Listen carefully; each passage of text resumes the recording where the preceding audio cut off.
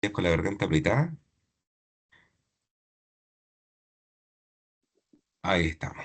Vale. Bien, estamos entonces. Muy buenas tardes. Bienvenidas, bienvenidos al segundo módulo de terapia endovascular en pediatría del diplomado en imaginología pediátrica. Hoy nos acompaña un tremendo referente en lo que es intervencionismo cardíaco pediátrico, que es el doctor Francisco Garay. El doctor Garay, bueno, es cardiólogo intervencionista pediátrico de formación, médico cirujano de la Universidad de Chile, cardiólogo pediatra de la Pontificia Universidad Católica de Chile, intervencionista pediátrico del Hospital de Niños de Chicago, jefe de Departamento de Cardiología Pediátrica y profesor asociado de la Pontificia Universidad Católica de Chile. Profesor de profesores, bienvenido, muchas gracias por acompañarnos el día de hoy. Ya nos había adelantado en un principio, Pancho, que hoy usted remataba con todo, así que estamos ahí en la espera de que así suceda. Muy bienvenido, maestro. Gracias, Andrés. A los que ya se conectaron, hola, buenas tardes.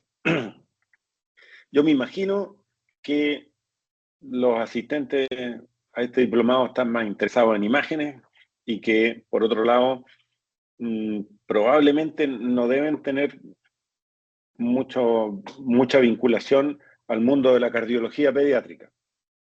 Pero si me equivocara y alguien sí tiene manejo de cardiología pediátrica, prende el micrófono y me lo dice. Entonces, como el mundo de la cardiología pediátrica es complejo, parto yo esta sesión con algunas cosas de generalidades para que entiendan o que tengan un brochazo de la complejidad de la cardiología pediátrica y rematamos la segunda mitad con cosas que tienen que ver más con el mundo del cateterismo intervencional de cardiopatías congénitas y en eso tiene mucho que ver el tema de imágenes, de diagnósticas de imágenes para guiar intervenciones, de integración de distintas modalidades de imágenes, y eso es lo interesante de esto. Entonces, tú dices que estoy compartiendo el escritorio entero, entonces, ¿ves la presentación? Sí, ahí se ve perfecto, ¿Sí? Doc. Sí. Ok. Muchachos, entonces esta primera, y voy a saltarme varias diapos en beneficio del horario ya que estamos todos cansados, me imagino. Es de generalidades y es como un poquitito para guiarlos en la comprensión del mundo de las cardiopatías congénitas.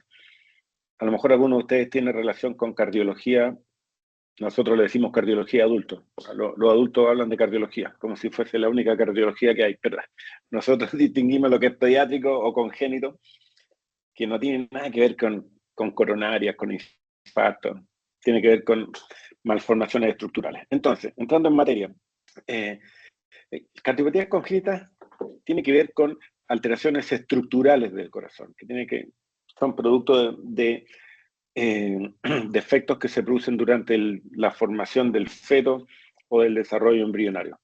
Para que tengan una idea, habitualmente se acepta que alrededor del 1% de los recién nacidos vivos nace con alguna cardiopatía congénita.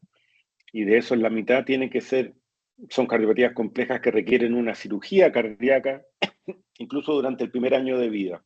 Y un porcentaje importante, cirugías adicionales, producto de lesiones residuales o secuelas.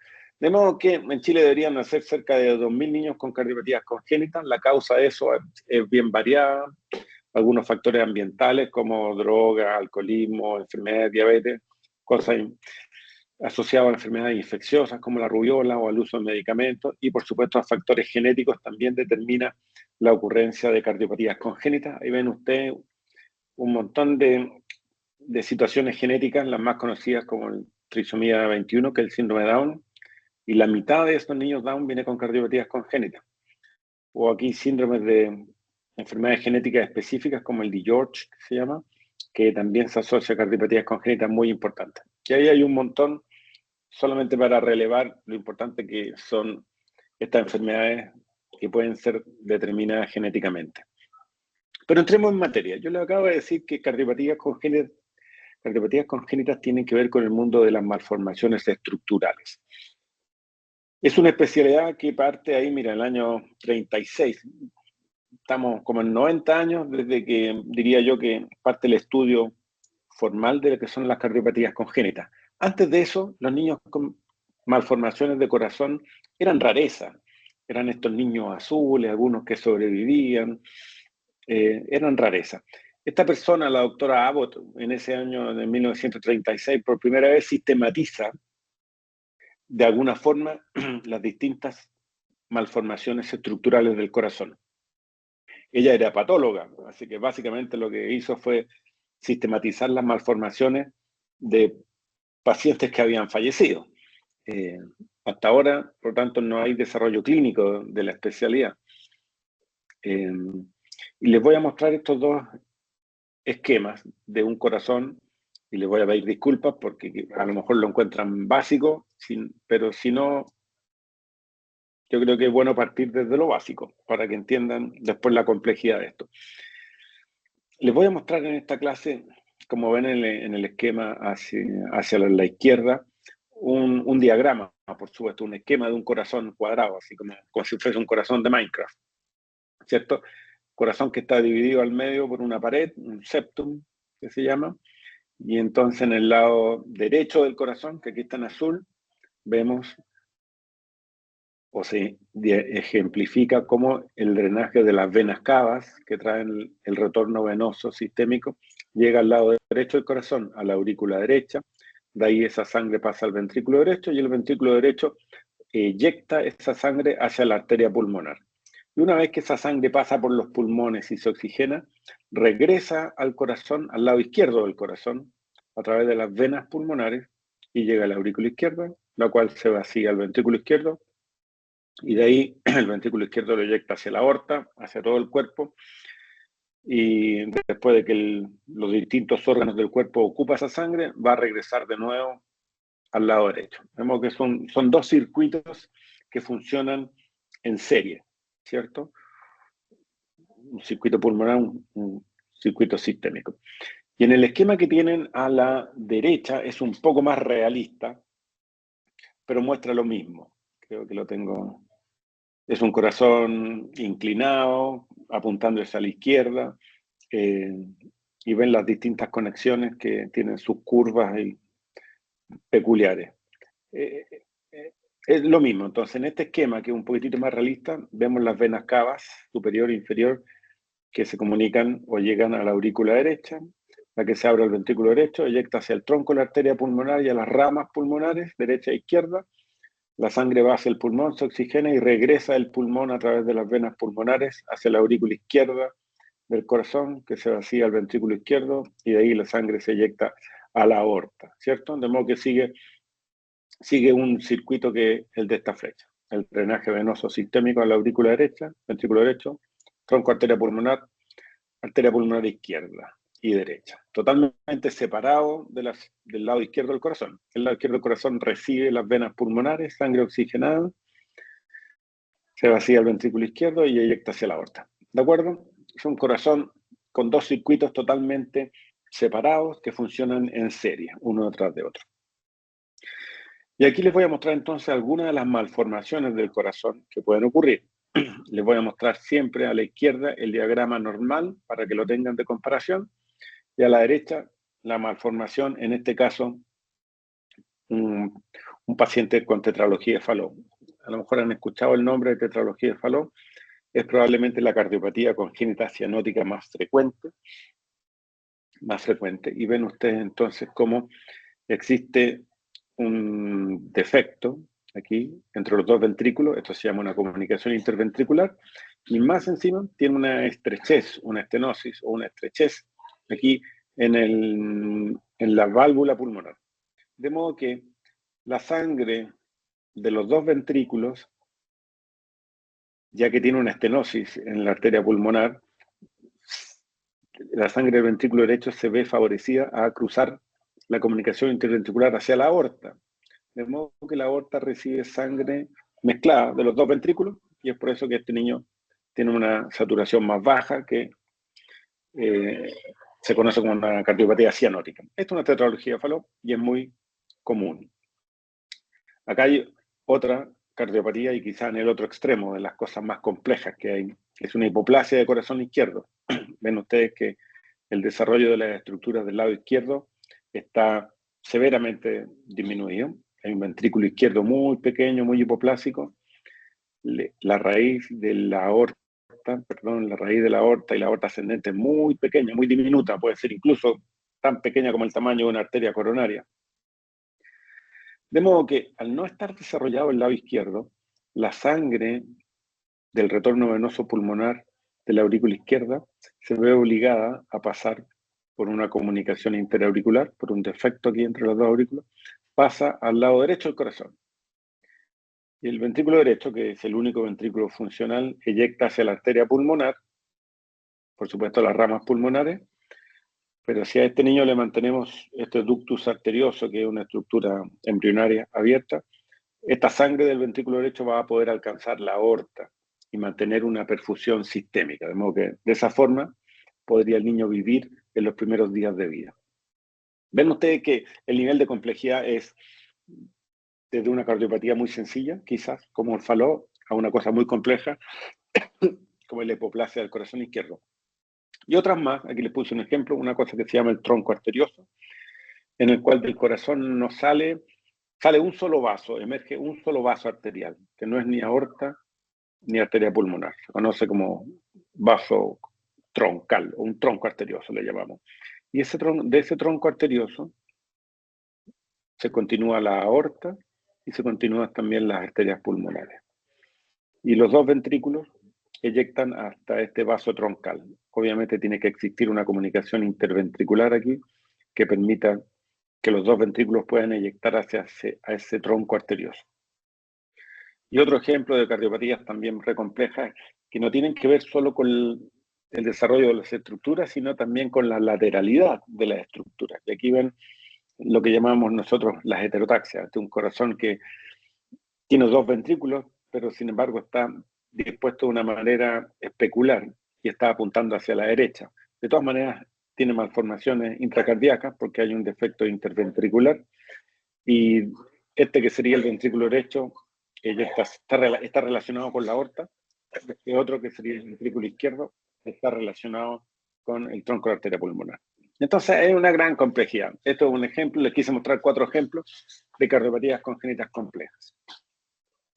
Y esto se debe a que durante el desarrollo fetal, ven ustedes que desde tener un corazón primitivo, que es un tubo como este, se van desarrollando estas cavidades que les mostré, producto de rotaciones, angulaciones que van ocurriendo acá. No quiero entrar en detalle, creo que se escapa al objetivo de esto.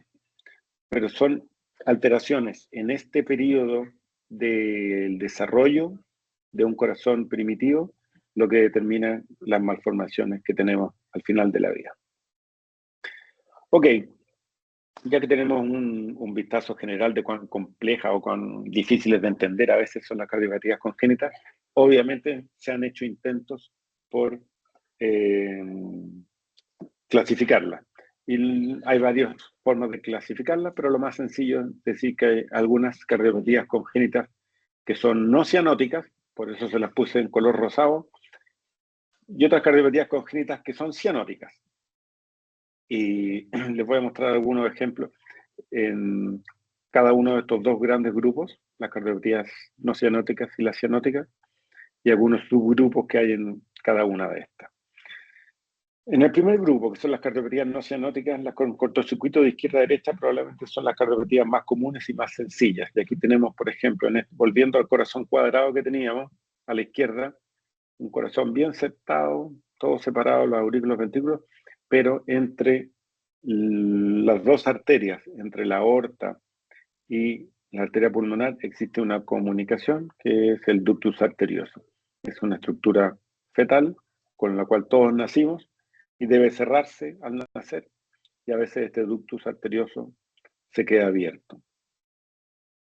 Este otro ejemplo al medio, al centro, de un defecto interventricular, y hace que permite que pase sangre desde el ventrículo izquierdo hacia la arteria pulmonar, y esto es una comunicación interventricular. Luego hay un ejemplo de un defecto entre las dos cavidades superiores, que son las aurículas, Esto es una comunicación interauricular y permite que pasa sangre desde la aurícula izquierda hacia el lado derecho del corazón. Y esto último es un drenaje venoso anómalo de las venas pulmonares. Ven ustedes cómo hay algunas venas pulmonares del lado derecho que en vez de llegar a la aurícula izquierda, como debería ser, llegan al lado derecho del corazón. Todas esas cardiopatías con shunt de izquierda a derecha tienen como hecho común que tienen flujo pulmonar aumentado. Si ustedes ven las flechas que tratan de representar unidades de flujo, el ductus arterioso produce un hiperflujo pulmonar, la comunicación interventricular produce un hiperflujo pulmonar, la comunicación interauricular produce un hiperflujo pulmonar y este drenaje venoso pulmonar anómalo parcial también produce un hiperflujo pulmonar. Y esto se ve en una radiografía de tórax como congestión pulmonar. Ven ustedes la vasculatura pulmonar como está marcada, pero se produce también, como hay sobrecarga de volumen del corazón, se ve cardiomegalia. Y en un niño eso se traduce con dificultad respiratoria, signos de sibilancia, retracción. Este es un niño entonces que tiene clínica de insuficiencia cardíaca congestiva. Podría confundirse con un cuadro de bronquiolitis, de bronquitis obstructiva, pero son signos de insuficiencia cardíaca congestiva. Y en la radiografía verían eso, usted, cardiomegalia y congestión pulmonar. Otro ejemplo de lo mismo, cardiomegalia bien marcada, congestión de la vasculatura pulmonar y un niño que está con dificultad respiratoria y se cansa para alimentarse. Así como los adultos con insuficiencia cardíaca se cansan para caminar, el ejercicio de un lactante es alimentarse, de modo que se cansan cuando se alimentan. Son signos de insuficiencia cardíaca. El segundo grupo de cardiopatías congénitas no cianóticas son las obstructivas. Vale decir, por ejemplo, aquí esto pretende demostrar cómo a la salida del ventrículo una válvula semilunar, aórtica o pulmonar, si es estrecha, va a producir un aumento en la presión de la cámara antes de la válvula estrecha, porque si esto es una estenosis valvular aórtica, produce hipertensión del ventrículo izquierdo. Y eso produce que el ventrículo izquierdo, ante un estrés crónico, se hipertrofie, se dilate y puede caer en falla ventricular si esto es sostenido. Lo mismo pasa con una coartación aórtica. Las coartaciones aórticas son estrecheces de esta porción del arco aórtico. Y bueno, pasa lo mismo, se acumula mucha presión o se genera mucha presión antes de la zona estrecha y menos presión después, que ocurre una gradiente de presión. En este caso, una gradiente de presión en la coartación o en este caso, una gradiente de presión en la válvula. Y el tercer grupo de cardiopatías congénitas no cianóticas son las insuficiencias valvulares. Y aquí, en este diagrama, donde le quité la válvula pulmonar, lo que ocurre es que al no tener válvula pulmonar competente o al tener una insuficiencia de la válvula competente, se produce un ir y venir de sangre. El ventrículo eyecta sangre y parte se le devuelve. Y ese ir y venir de sangre en el tronco de la arteria pulmonar es una sobrecarga de volumen para el ventrículo derecho que se va a ir dilatando. De modo que en las cardiopatías con insuficiencias valvulares ocurre una sobrecarga de volumen de la cavidad cardíaca previa. Aquí tienen, por ejemplo, un par de imágenes de resonancia magnética cardíaca. Como ven ustedes, que el ventrículo derecho, que este que está aquí, adelante, eyecta y hay parte importante que regurgita desde el tronco de la arteria pulmonar hacia el ventrículo derecho. Y eso hace que el ventrículo derecho, que aquí se ve anterior, el ventrículo derecho se dilata mucho más que el ventrículo izquierdo. Hasta ahí ejemplo y para que entiendan un poquitito cómo son las cardiopatías no cianóticas. Me adelanto un poco aquí para que no nos aburramos tanto. Esta es una angiografía obtenida en el pabellón de cateterismo con un catéter que está puesto en el tronco de la arteria pulmonar. Entonces, al inyectar medio de contraste se ve el tronco de la arteria pulmonar, la bifurcación de las ramas pulmonares y ven ustedes cómo regurgita parte importante del medio de contraste hacia el ventrículo derecho. Y me estoy adelantando mucho porque aquí al lado derecho tienen una forma de tratamiento de esto por vía percutánea con catéteres, donde se ha implantado esta válvula, esa estructura metálica, es una válvula percutánea que tiene en el interior tiene una válvula que es competente. Y ahí ven ustedes como ahora el medio de contraste que se inyecta en el tronco de la arteria pulmonar, muestra las ramas, y no hay reflujo de medio de contraste. Ya, entonces, ahí sí, hasta ahora esas son las cardiopatías no cianóticas. Y las cardiopatías cianóticas, que son más complejas y que son de tres tipos. Las que tienen shunt de derecha a izquierda ahora, inverso, por tanto pasa sangre desaturada al lado izquierdo del corazón, y tenemos niños que manifiestan cianosis, por ejemplo aquí cianosis perioral, y aquí hay varios ejemplos, la tetralogía de Fallot que les mostré, en nuestro esquema de corazón cuadrado aquí vemos que hay un defecto interventricular y una estenosis de la válvula pulmonar. Cuando esta estenosis de la válvula pulmonar es severa, como en el diagrama que tenemos a la derecha, la sangre del ventrículo derecho se va a ver dificultada de eyectarse hacia la arteria pulmonar y va a pasar por la comunicación interventricular a la aorta, produciendo cianosis. Acá hay otro grupo que se llama mezcla obligada, por ejemplo, el tronco arterioso, que les mostré, donde la sangre de los dos ventrículos se eyecta hacia un vaso troncal. Obviamente ahí hay mezcla y el niño cianótico, o diversas formas de ventrículo único, como se ve acá, donde hay una sola cavidad ventricular funcional o anatómica. Y aquí dentro del ventrículo se mezcla la sangre, de modo que lo que se eyecte a la aorta o a la arteria pulmonar va a tener una mezcla que va a ser con algún grado de desaturación o de baja oxigenación. Y por último, esto que es una cardiopatía muy especial. Quizás esta es la única cardiopatía de este grupo, de la transposición, de la fisiología de transposición. Y transposición quiere decir que hay una anomalía en la posición de las arterias, de modo que desde el ventrículo derecho se origina la aorta y del ventrículo izquierdo se origina la arteria pulmonar. Básicamente, en castellano sencillo, tienen las dos arterias da vuelta. Y eso significa que estos dos circuitos de circulación que deberían funcionar en serie, ahora funcionan en forma paralela. Mira, el retorno venoso sistémico llega al lado derecho del corazón y el ventrículo derecho manda esa sangre a la aorta. Y la aorta distribuye la sangre en todos los órganos, de modo que después de que los distintos órganos han ocupado la sangre, esa sangre vuelve a llegar por las venas al lado derecho del corazón. Como que es un circuito independiente. ¿Y qué es lo que pasa con el lado izquierdo del corazón? El lado izquierdo del corazón recibe la sangre que viene del pulmón y el ventrículo izquierdo la vuelve a mandar al pulmón. Vemos que hay dos circuitos que están en paralelo y esta situación no es compatible con la vida, se pueden imaginar, a menos que generemos o tenga comunicaciones en los dos circuitos. Y acá en el esquema cuadrado vemos que la única forma que llegue sangre oxigenada,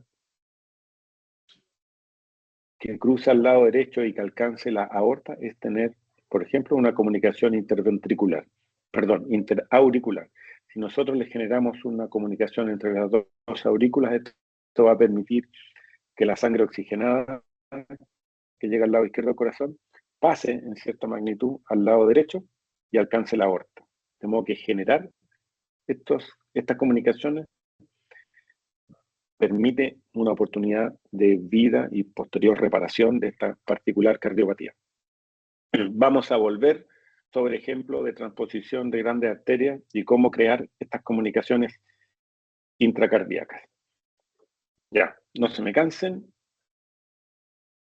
Voy a cambiar la presentación a una siguiente que tiene que ver respecto a cómo estudiamos estas cardiopatías. ¿Están viendo la presentación? Sí, se ve. Sí, perfecto. Ok, hasta ahora en la primera parte de la clase vimos cuán complejo es este mundo de las malformaciones cardíacas o de las cardiopatías congénitas, llamamos nosotros, y hoy últimamente los adultos le han empezado a llamar cardiopatías estructurales. Son sinónimos. Como estamos hablando de malformaciones tan variadas y de complejidad que a veces cuesta entender, es que el estudio de técnicas de imágenes anatómicas ha sido clave para entender esto. Ya les conté la historia de parte del estudio de estas enfermedades, parte de la mano de los patólogos, con este atlas de cardiopatías congénitas de la doctora Abbott. Luego, también esto es del año como 1940, la doctora Helen Taussig, que la conocemos como madre de esta especialidad, es una especialidad que tiene madre. Ella hizo la vinculación de cómo eran esas cardiopatías que habían descrito los patólogos, cómo era la clínica de estos niños. ¿Por qué un niño es más o menos cianótico o por qué un niño se manifiesta con cianosis y otro con insuficiencia cardíaca? De modo que ella hizo el vínculo de la malformación estructural con la presentación clínica. Estamos hablando de una época que con suerte habían inventado los rayos X. Pero ahí inicia el estudio de esta especialidad. Probablemente, aparte del estudio patológico de la autopsia, el primer examen útil para estudiar las cardiopatías congénitas fue la radiografía de tórax. Y en esa época de 1940 en adelante, estamos hablando mucho antes de que inventaran los ecógrafos, y la angiografía tampoco se había desarrollado, se empiezan a describir ciertos patrones o ciertas formas radiológicas que corresponden a algunas cardiopatías congénitas. Ustedes saben que este examen, que es tan primitivo, todavía es útil. La silueta cardíaca y los bordes de la silueta cardíaca tienen un correlato con estructura. Por ejemplo, sabemos que en el lado izquierdo de la silueta cardíaca uno puede reconocer un botón aórtico, un botón de la arteria pulmonar y el ventrículo izquierdo, que son las que se ven acá. Botón aórtico, el botón de la arteria pulmonar y el ventrículo izquierdo. Y lo mismo en proyección lateral, uno debería ver el ventrículo derecho ahora por delante y tronco de arteria pulmonar y aorta más superior. Pero para que vean lo que se le puede ir sacando partido a una simple radiografía de tórax. Y empezaron también a describir particulares configuraciones para particulares cardiopatías. Y a la tetralogía de Fallot que comentamos, describían esta forma muy clásica como de bota, ¿no? Como una bota de viejo pascuero, ¿cierto? Como tenía estenosis pulmonar, el botón de la arteria pulmonar está poco marcado, está como cóncavo, y como tiene hipertrofia el ventrículo derecho, la punta del corazón se levanta y tiene esta forma como de bota sueca, dicen. Puede ser, con imaginación. Y si hay una estenosis pulmonar muy severa, fíjense que la vasculatura pulmonar está muy poco marcada, por ejemplo. ¿Se fijan? Aquí no hay atresia pulmonar, no hay arteria pulmonar, por tanto no hay botón de arteria pulmonar y los campos pulmonares son muy oligoémicos.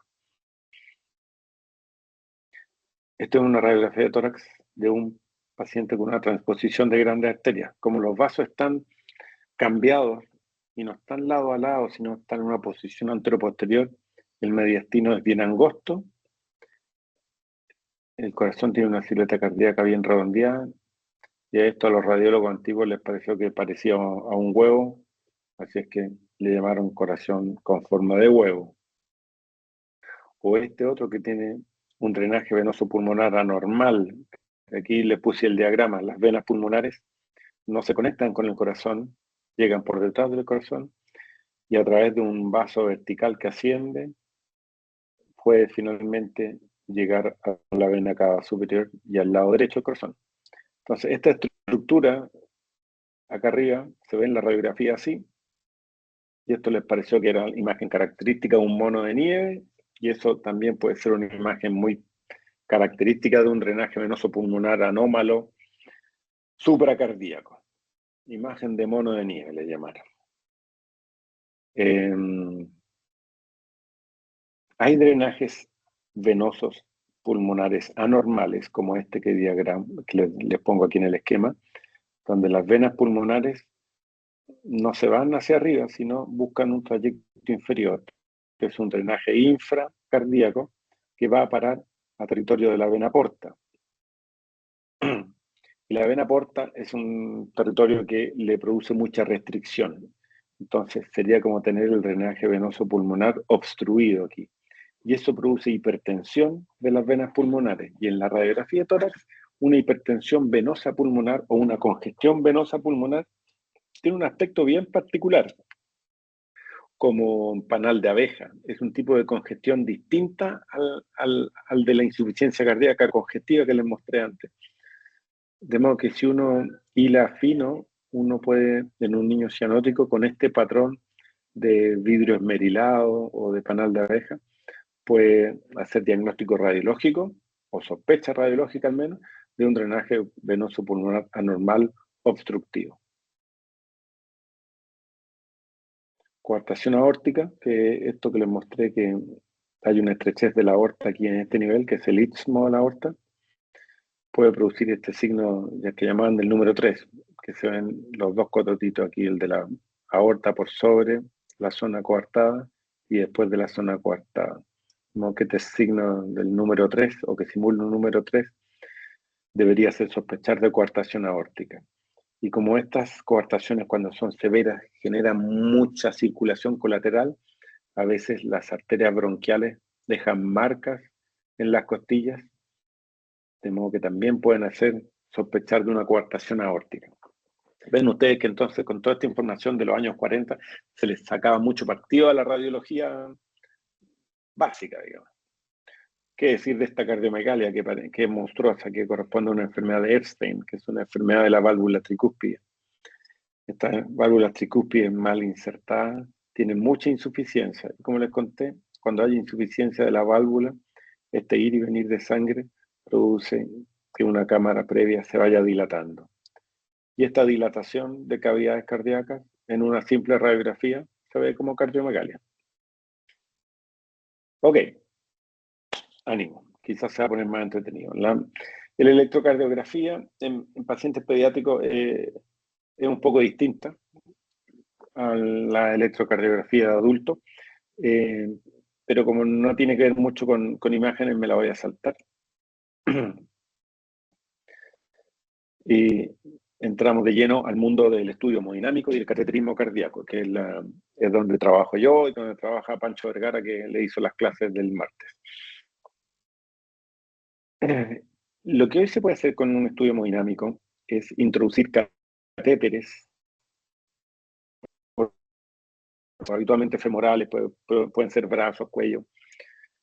Es introducir catéteres dentro del corazón, y en todas las cavidades del corazón uno puede pasearse con distintos catéteres, de modo que registrar presiones, como muestra el diagrama. Hay presiones en las distintas cavidades del corazón, tomar muestras de sangre en las distintas cavidades del corazón. Así nosotros podemos saber si es que hay cortocircuito de un lado del corazón hacia el otro, de derecha a izquierda o de izquierda a derecha, y con esos datos de oximetrías en las distintas cavidades del corazón, uno puede hacer cálculos del débito sistémico o del débito pulmonar. Entonces podemos saber si tiene flujo preferencial hacia una circulación o hacia otra circulación. Es un detalle bien, es un estudio con mucho detalle. Y ven ustedes cómo hay monitores donde uno va registrando las curvas de presión de las distintas cavidades. Y esta es una foto de un par de accesos venoso y arterial en la ingle, son femorales. Habitualmente es lo que hacemos en pediatría. La historia del estudio angiográfico y hemodinámico data del año 29, bien simpático en la historia porque esto es una radiografía histórica. Este doctor, el doctor Bernard Forsman, en el año 29 quiso demostrar que uno podía introducir un catéter desde un acceso periférico y llegar al corazón, y él se introdujo a él mismo un catéter umbilical en una vena del antebrazo y lo introdujo dentro del cuerpo y lo avanzó hasta que llegó a la vena cava superior y el catéter lo dejó insinuado en la aurícula derecha. Y eso fue la primera demostración de que uno podía acercarse al interior del corazón con un método, hoy le decimos no invasivo, ¿ah? Aunque en esa época debe haber sido muy invasivo meterle un catéter a alguien dentro del cuerpo. Hoy lo que hacemos, por ejemplo, lo que muestra el diagrama de una geografía moderna, un catéter que está puesto desde la aorta, retrogradando la válvula aórtica hacia el ventrículo izquierdo, y ven cómo se puede obtener una idea de la configuración del ventrículo izquierdo, la movilidad del ventrículo izquierdo, hacer un cálculo de contractilidad con una fracción de eyección, en fin. Producto de esta locura del doctor Forstmann, el año 56, junto a otros dos colegas más, le dieron premio Nobel por el desarrollo de esta especialidad. Entonces podemos introducir catéteres en el cuerpo. Por ejemplo, este catéter está introducido desde una vena por el lado derecho del corazón, saliendo por el tronco de la arteria pulmonar y está haciendo una angiografía selectiva en la arteria pulmonar derecha. Ven ustedes que se ve la arteria pulmonar y si uno espera en medio de contraste, después de llenar la arteria, llena las venas pulmonares y vemos cómo se llena el lado izquierdo del corazón. Primero el lado derecho y después el lado izquierdo del corazón. En el otro lado es lo mismo, pero una inyección selectiva de la arteria pulmonar izquierda. Y se analiza entonces cómo es la vasculatura periférica del pulmón izquierdo y si esperamos, el medio contraste aparece por las venas pulmonares y permite contrastar el lado izquierdo del corazón. Son dos ejemplos de angiografías entonces. O este otro que es un catéter avanzado en la aorta, en proyección lateral, y muestra entonces cómo es la configuración de la aorta, la válvula aórtica, el arco aórtico amplio. Más adelante les voy a mostrar unos ejemplos de coartación, pero aquí se ve amplio.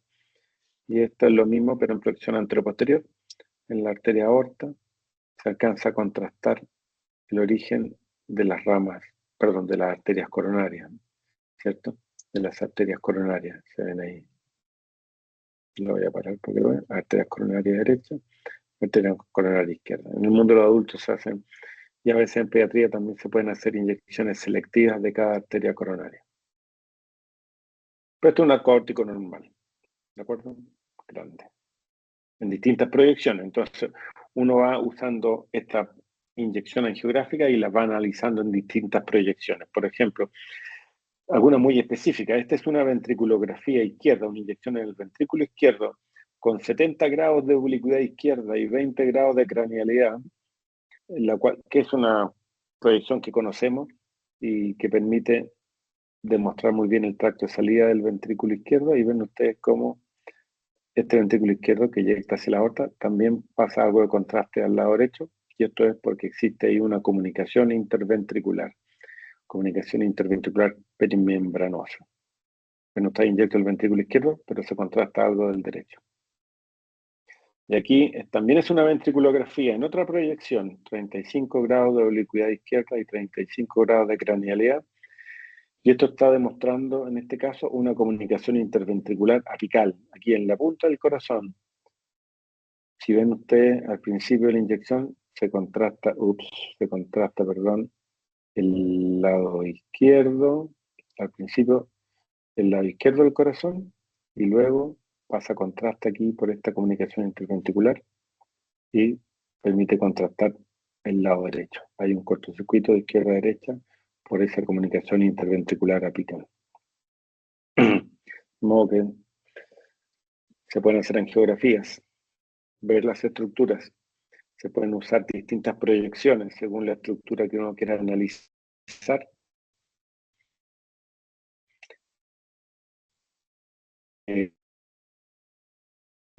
Otro ejemplo, aquí, bueno, si seguimos en la aorta, miren, esta es una aortografía en proyección lateral, y esta aorta que yo les mostraba que era como un bastón, tiene esta comunicación, o este conducto, que sale hacia anterior,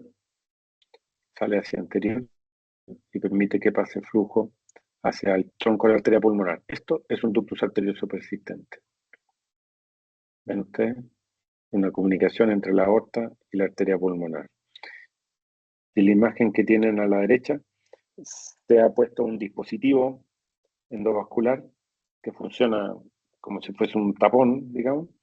Es un dispositivo que se pone en el ductus y que lo ocluye, y de esa forma hoy en día se tratan, la mayoría de los ductus arteriosos se tratan por vía transcatéter. Ahí está. ¿Eh? Un ductus arterioso cerrado con un dispositivo. De modo que no solo permite, no solo es una forma de estudio diagnóstico, sino que además es una herramienta terapéutica, intervencional.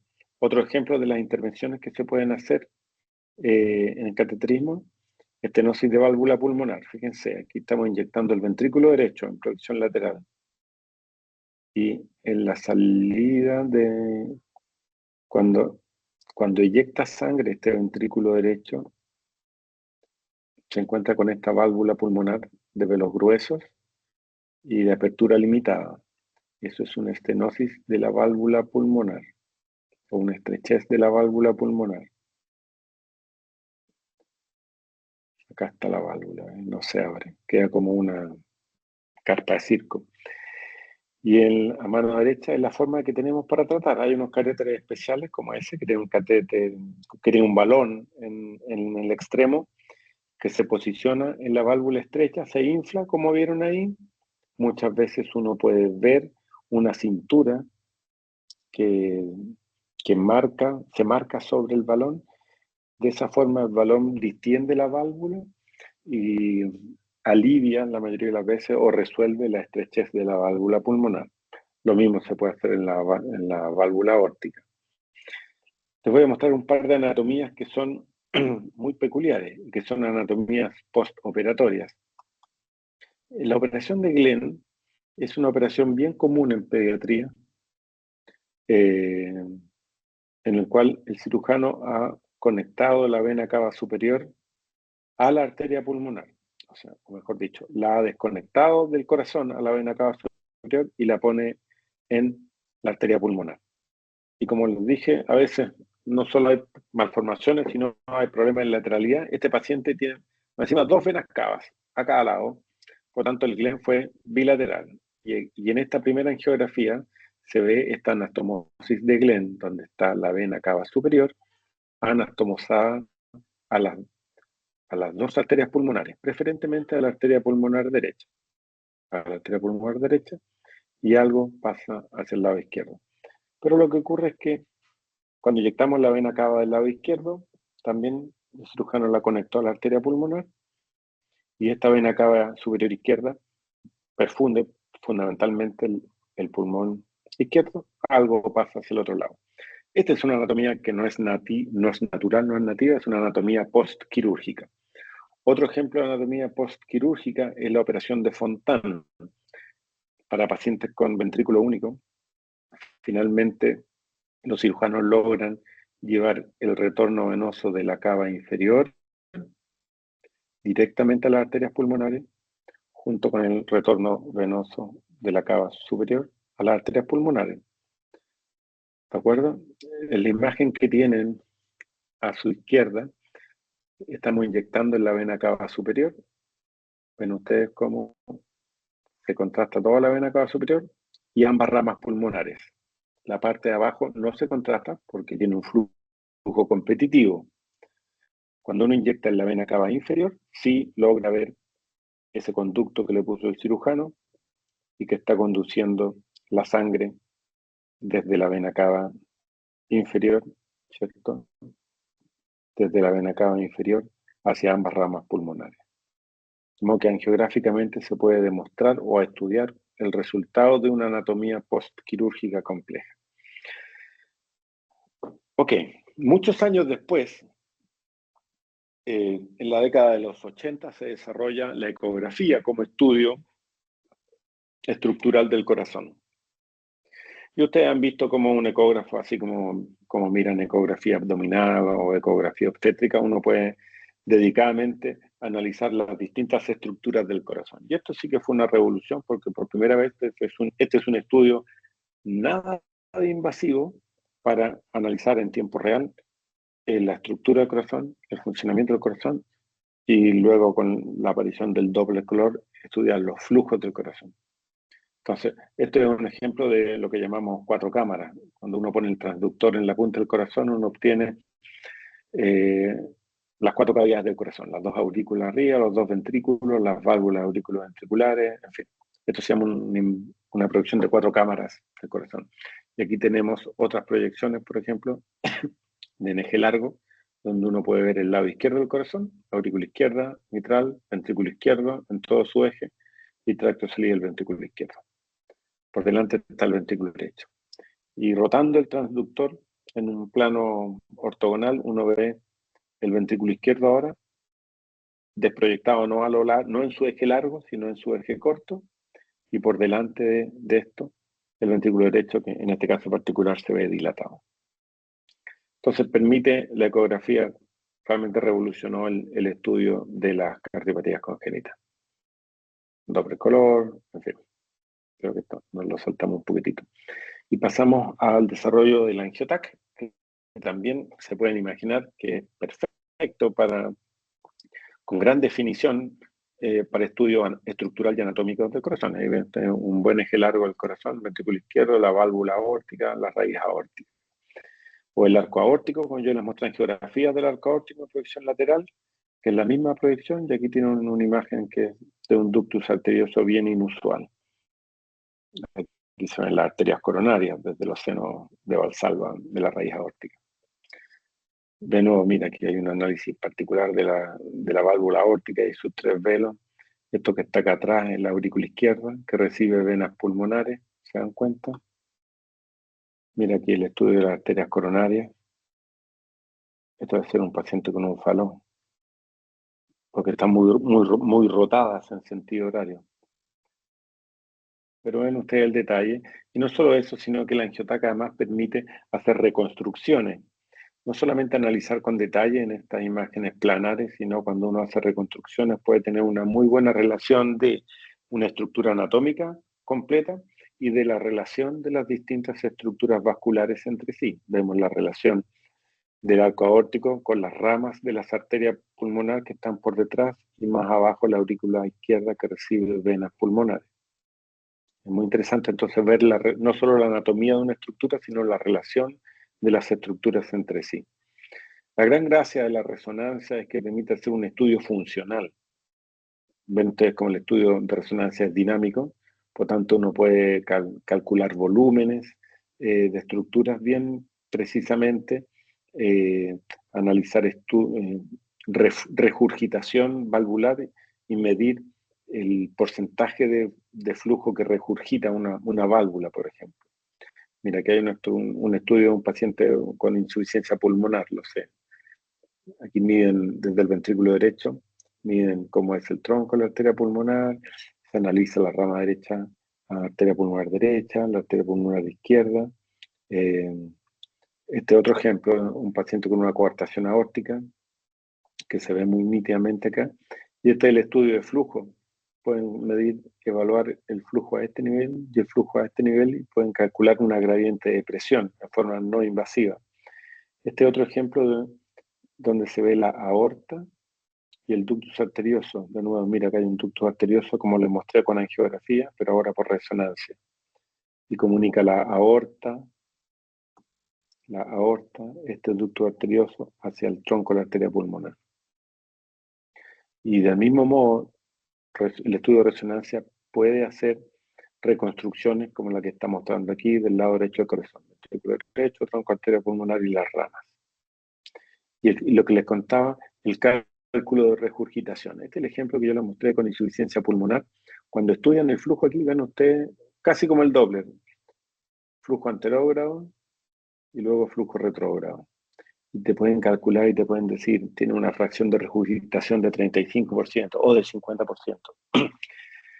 Y en el ejemplo que tienen a la derecha, es en el mismo paciente que ya se implantó una válvula percutánea, como se la mostré en angiografía y en fluoroscopía, pero aquí visto en resonancia. Así se ve una válvula implantada en el tracto de salida del ventrículo derecho y el estudio, como ven, que la válvula ya es competente porque tiene flujo anterógrado y en el diástole no regurgita nada.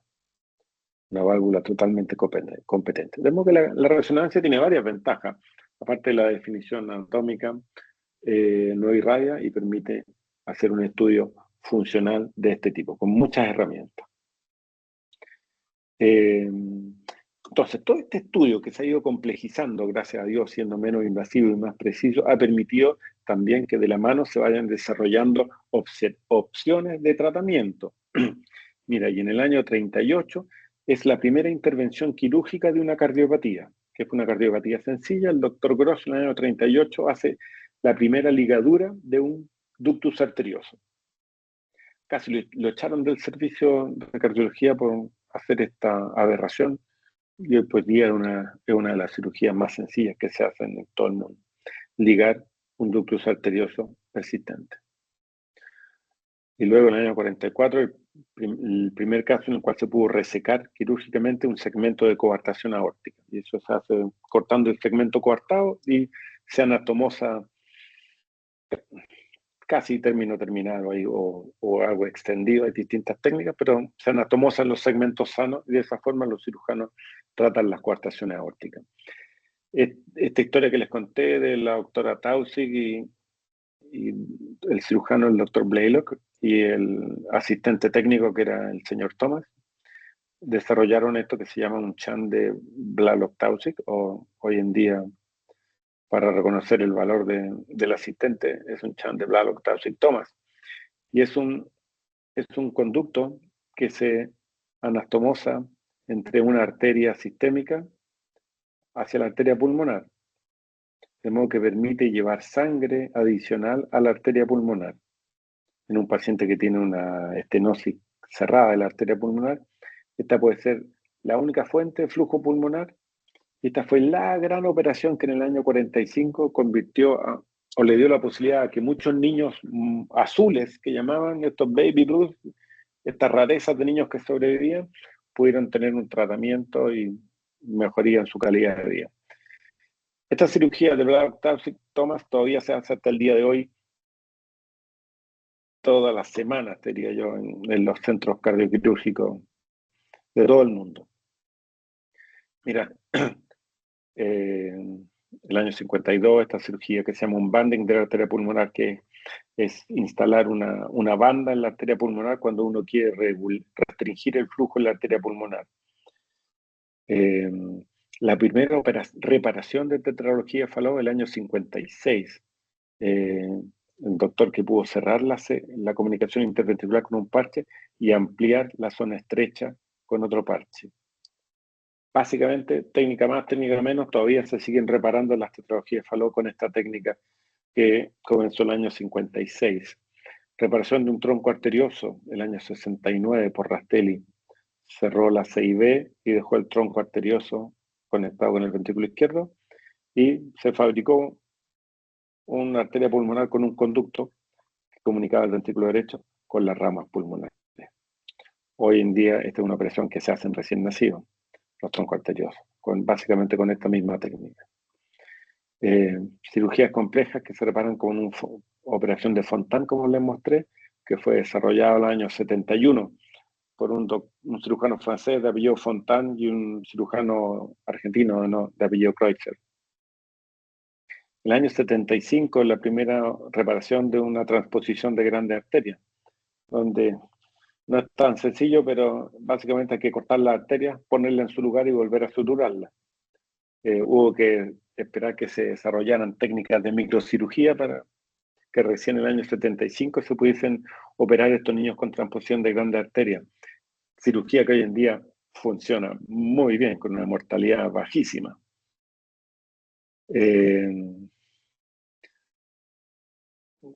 Mira, no quiero complicarlo mucho, pero les mostré la hipoplasia del corazón izquierdo, que era una cardiopatía tan compleja. Hoy existe una cirugía desarrollada en los años 80 por Norwood y ahora en el año 2003 modificada por un cirujano japonés de apellido Sano, en el cual se reconstruye esta aorta pequeña usando la arteria pulmonar, se reconstruye de modo que queda una amplia salida desde el corazón para la perfusión sistémica.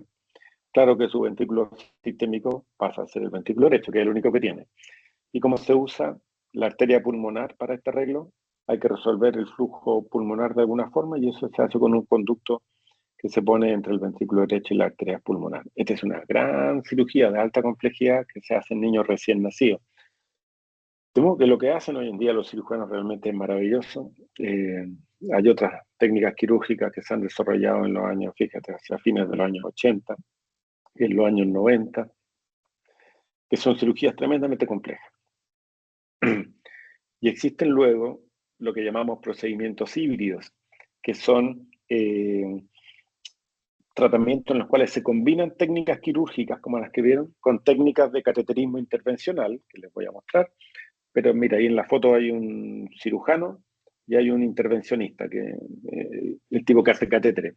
De modo que se pueden, ojalá, usar, como decía, como dice una antigua serie de televisión, lo mejor de dos mundos, para evitar los problemas de la cirugía o evitar los problemas del cateterismo intervencional y combinarlos para resolver algunos problemas. Y hoy en día, con procedimientos híbridos, se pueden hacer stents intraoperatorios, cerrar CIV apicales, algunas formas de hipoplasia corazón izquierdo, reemplazo de válvula aórtica por vía transapical, tratar leaks paravalvulares.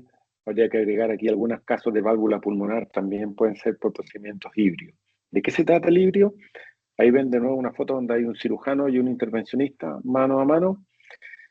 Cuando no es posible poner catéteres en las piernas, el cirujano puede, a través de una esternotomía, permitirnos acceso directo al corazón para poner catéteres, por ejemplo. Y de esa forma resolver el problema, como estos que les mencioné, resolverlo con técnicas de catéteres y no es necesario poner a este niño en una máquina de circulación extracorpórea para hacer una reparación quirúrgica. No sé si me siguieron una idea. Acá hay un ejemplo, por ejemplo, de un cierre de comunicación interventricular. Mira, acá en esta imagen de 4 cámaras, este es el septum, la pared que separa los dos ventrículos, y ahí hay un agujero, hay una comunicación interventricular. Esto que están viendo acá es el dedo del cirujano apoyado en la pared del ventrículo. Y, y hace presión en la pared del ventrículo para buscar cuál sería el sitio para funcionar el ventrículo y acceder directamente a la comunicación interventricular.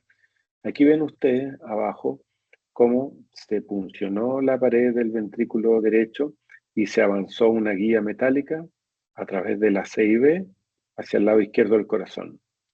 Por esa guía metálica se ponen catéteres más gruesos. Aquí tenemos el catéter que está cruzando la comunicación interventricular. Y uno de estos dispositivos, como les mostré el dispositivo de ductus, este es un dispositivo para la comunicación interventricular. Se abre un disco en el lado izquierdo del corazón, luego el otro disco en el lado derecho del corazón, y de esa forma, como si fuese un sándwich, la comunicación interventricular se cierra con estos dispositivos. Y ahí ven ustedes el resultado final con doble color, que no hay cortocircuito y el dispositivo está bien puesto en el plano del septum. Y creo que esa es la última de esta clase, o sea, de esta sesión, de esta clase, perdón. Hasta ahora lo que les quise mostrar son la complejidad de las malformaciones complejas, la variedad de cardiopatías congénitas, las formas o herramientas de imágenes que hay para estudiarlas, lo que ha permitido el tratamiento, el desarrollo de técnicas quirúrgicas asombrosas y asomarlos a algunos procedimientos de cateterismo intervencional percutáneo que se pueden hacer. Entonces, y para que no nos alarguemos tanto, les voy a mostrar en dos, creo, breves presentaciones qué se puede hacer como cateterismo intervencional en el pabellón de hemodinamia, que algo le mostró Pancho Vergara el martes, y dividí esto en dos pequeños capítulos de cardiología intervencionista para congénitos. Intervencionismo clásico, que que se desarrolla desde los años 60 hasta el 2000, diría yo, 2010, y de ahí en adelante un cateterismo moderno que es maravilloso y espero convencerlos de eso. La gran ventaja comparativa de resolver cosas por vía transcatéter es que versus quirúrgico es que son procedimientos menos invasivos. Ven ustedes, 2 accesos percutáneos versus una toracotomía. Y mejor resultado estético, porque este es un equimosis al día siguiente, que con un par de los correr de los días va a desaparecer, versus las cicatrices permanentes que dejan los abordajes quirúrgicos. Y por lo menos a las mujeres les importa mucho los resultados estéticos, ¿cierto? Entonces, esto que les voy a mostrar es el primer procedimiento intervencional transcatéter que se desarrolló en el año 66 por un doctor de apellido Raskin, William Raskin, justamente para tratar, por ejemplo, las transposiciones de grandes arterias. ¿Se acuerdan que les dije que Raskin desarrolló este sistema para poder crear un agujero? Lo que hizo Raskin fue con un catéter que tenía un balón en la punta. Aquí hay varios ejemplos de catéteres de septostomía. En este paciente que tenía un septum auricular más o menos intacto, habitualmente tienen un foramen oval pequeñito, logró pasar un catéter por ese foramen oval, inflar el globo en la aurícula izquierda y tirar el catéter con el globo inflado hacia la aurícula derecha. Y eso permite desgarrar la fosa oval, que es una membrana muy delgadita, y permitir entonces una comunicación amplia entre las dos aurículas. Este procedimiento salva vidas para los pacientes con transposición de grandes arterias. Mira, ahí está el mismo paciente con el balón más grande, más inflado, y de un tirón, que a veces cuesta que pase, ¿eh? Mira, aquí creo que hay dos esfuerzos por que pase y finalmente pasa. De esa forma, este agujero que podía ser muy pequeño, ven ustedes como la fosa oval se desgarra, que es una membrana delgadita, y va a permitir paso de flujo entre las dos aurículas. Esto que se desarrolló el año 1966 abrió un mundo para una especialidad nueva que es el cateterismo intervencional. ¿Qué se puede hacer con cateterismo intervencional? Como les mostré, crear o dilatar comunicaciones intracardíacas, hacer valvuloplastía, el dilatar válvulas, también les mostré un ejemplo, o dilatar arterias estrechas, hacer angioplastía, que puede ser con un catéter balón, como les mostré, o poner stents. Les voy a mostrar varios ejemplos de stent. Y con dispositivos, cerrar vasos sanguíneos, cerrar ducto arterioso, cerrar comunicaciones intracardíacas o extracardíacas. Ejemplos, mira, aquí hay una serie de dispositivos con esta forma de doble disco, que son hechos de una malla, de una aleación bien especial que es nitinol, que es bien elástica, permite que uno pueda estirar este dispositivo y meterlo en un catéter, y cuando uno lo saca del catéter dentro del corazón, adquiere esta configuración, tiene una memoria elástica. Hay varias formas, varias marcas, no es el punto, y este tipo de doble disco, de este tipo de dispositivos de nitinol, de doble disco, se usan, por ejemplo, para cerrar comunicaciones interauriculares. Comunicaciones interauriculares son agujeros que uno tiene por naturaleza en la aurícula. Aquí estamos mirando la pared de la aurícula derecha. Aquí están las venas cavas. Y este tipo de agujeros, de tipo comunicación interauricular ostium secundum, que son las más comunes, se pueden cerrar con un dispositivo. Uno accede por una vena de la ingle, como muestra esta animación, avanza hasta el lado derecho del corazón, cruza la comunicación interauricular, abre un disco en la aurícula izquierda y el otro disco en la aurícula derecha, y de esa forma hoy en día se pueden cerrar comunicaciones interauriculares. Un par de imágenes del procedimiento, ven ustedes aquí como entre las dos aurículas falta este pedazo de pared, que es el defecto interauricular.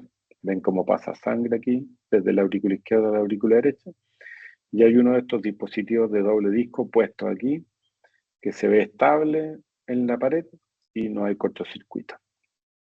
Esto se puede hacer con ecografía intracardíaca o con ecografía transesofágica. Ven ustedes entonces cómo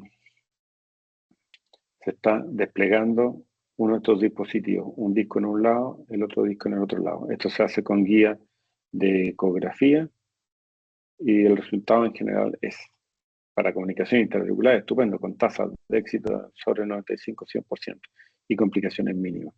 Esta es la forma hoy en día que en todas partes del mundo se prefiere para cerrar comunicación interauricular, cerrarlo con dispositivos de este tipo, y los cirujanos operan solamente las comunicaciones interauriculares que por algún detalle técnico no son posibles de cerrar con catéteres. ¿Qué pasa con las comunicaciones interventriculares? Que también son comunes. Algunas de estas comunicaciones interventriculares es posible cerrar con dispositivos. También dispositivos de doble disco, pero con una configuración un poquitito especial. Aquí hay varios ejemplos. Altas tasas de éxito de cierre. Aquí hay un ejemplo de un paciente, si mal no recuerdo, esto es una comunicación interventricular post-infarto. Aquí se está inyectando en el ventrículo izquierdo y ven ustedes que a este nivel hay un paso de flujo hacia el ventrículo derecho. Entonces, mira, a propósito de acceso, aquí se accedió desde la vena yugular, cava superior, al lado derecho del corazón, y se puso un dispositivo de doble disco en el septum interventricular. Y ahora al inyectar el ventrículo izquierdo, todavía hay un paso de flujo muy pequeñito, pero el dispositivo está en el septum. Lo interesante es que el abordaje fue desde la vena cava superior, desde la vena yugular. Y el resultado final, el dispositivo en el septum prácticamente ocluía la comunicación interventricular. Hay una pequeña fumarola ahí de contraste que pasa. De modo que sí, es posible cerrar comunicaciones interventriculares cuando uno no las analiza caso a caso. ¿Qué otro tipo de malformaciones vasculares se pueden cerrar con catéteres? El ductus arterioso persistente, les muestro una imagen, les voy a mostrar otra. Otras malformaciones como fístulas arteriovenosas pulmonares o coronarias, fístulas coronarias, o colaterales aortopulmonares o colaterales venovenosas. A ver si hay ejemplos de eso. Hay varios dispositivos de distintas formas, configuraciones que se pueden usar para cerrar un ductus arterioso. Acá hay un ejemplo de una aortografía con un ductus arterioso aquí que contrasta la arteria pulmonar y en este caso se cerró con un coil. Estos resortitos de distintos materiales, pueden ser de acero, pueden ser de platino hoy en día. Pero hoy en día, más que coils, se usan dispositivos como de este tipo, también una configuración como un taponcito, también de nitinol, y ven ustedes un gran ductus arterioso aquí a la izquierda, y se puso un dispositivo de este tipo que está cerrando el ductus arterioso. Otro ejemplo, mira, aorta, gran ductus arterioso, se cerró con este otro dispositivo que es un vascular plug. Aquí está mostrando la forma del vascular plug. El hecho es que es posible cerrar con distintas configuraciones de ductus arterioso y distintos dispositivos, es posible cerrar un ductus arterioso. Hoy en día, la enorme mayoría de los ductus arteriosos se pueden cerrar con dispositivos. Incluso en niños prematuros, se los voy a mostrar en unos momentos. Oclusión de vasos sanguíneos, les dije que se pueden cerrar con laterales, fístulas, les voy a mostrar ejemplos. Habitualmente se usan coils o estos vascular plug que les mostré. Este es una colateral de la mamaria interna derecha que anómalamente perfunde el pulmón, se cerró con coils. Ahí, ejemplo. O este vaso anormal, que es un vaso desde la vena innominada y que está llegando al corazón, produciendo desaturación, se cerró con un vascular plug. De modo que ahora esta vena drena al lado derecho como corresponde y no al lado izquierdo. Un secuestro pulmonar, estos son territorios pulmonares que se perfunden con vasos que vienen de la aorta. Mira, esto es un secuestro pulmonar. Y se cerró con coils. Es un montón de coils en ese vaso anómalo y ahora el secuestro está excluido. ¿Ven? Vamos a los stents. Stents son dispositivos que se usan para tratar estenosis en vasos, por ejemplo, en las ramas pulmonares o en la aorta, por ejemplo, coartación aórtica, o en algunos conductos venosos. Estos son los stents, similar a lo que usan en las coronarias, probablemente han visto. Son mallas de distintos materiales, de acero, otras de platino, otras de cromio, cobalto, distintas marcas, distintos modelos. Algunos son stents desnudos, otros vienen con cobertura. Ejemplo, aquí tenemos un paciente con una coartación aórtica, ¿cierto? El arco aórtico y esa zona estrecha. Ups, esto no va a tocar. Acá estamos posicionando un stent. El stent se pone sobre uno de estos catéteres balón, de modo que al inflar el balón, al mismo tiempo se infla el stent. Mira, ahí se infla el stent, estamos viéndolo ahí abajo. Este stent que venía montado sobre el balón, al inflar el balón, se expande el stent. Como es metálico, queda abierto y una vez que uno desinfla, el balón, recupera la permeabilidad del vaso y se regulariza el lumen, ¿cierto? Esa es la forma en que se tratan las coartaciones aórticas con stent habitualmente, hoy en día. Aquí tiene un ejemplo mucho más terrible de una coartación aórtica severa y cómo se rectificó con un stent en esa posición. Y por último, para que no se me depriman, cerramos con quizás lo que puede ser más atractivo desde el punto de vista de imágenes también. Intervencionismo moderno, que son las cosas que hacemos hoy por hoy, y eso se ha permitido desarrollar gracias a que tenemos modalidades de imágenes que podemos ocupar a veces en el pabellón de hemodinamia. Hoy en día podemos cerrar ductus arterioso, eso es el PDA, el ducto arterioso persistente, podemos cerrar ductus arterioso incluso en niños prematuros cercanos de 1 kilo.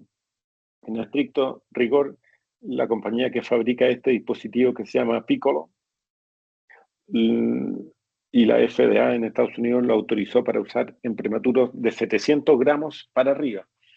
Les voy a mostrar algunas imágenes de uno de estos pacientes que pesaba en esa época 1,2 kg, con un ductus arterioso que lo tenía problemado. Para nosotros, aunque se vea pequeñito aquí, son ingles que son posibles de funcionar. Y ahí estoy yo con esa guagua que casi no se ve y que en la pantalla estamos teniendo imágenes de ese ductus arterioso, cruzándolo y poniendo un dispositivo. Entonces uno ve la configuración del ductus arterioso, hace mediciones y selecciona. Aquí tenemos, por ejemplo, como son pacientes tan frágiles, aquí tenemos imagen de ecografía que está mostrando el tronco de la arteria pulmonar, la rama pulmonar izquierda y por sobre la rama izquierda el ductus arterioso. Cuando uno lo ve con color, ve ese flujo rojo que es el que pasa por el ductus arterioso.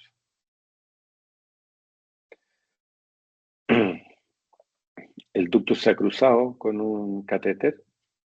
Esto se está haciendo con guía de ecografía. Algo de fluoroscopía, algo de ecografía. Ven ustedes que el ducto está abierto todavía, solo con un catéter.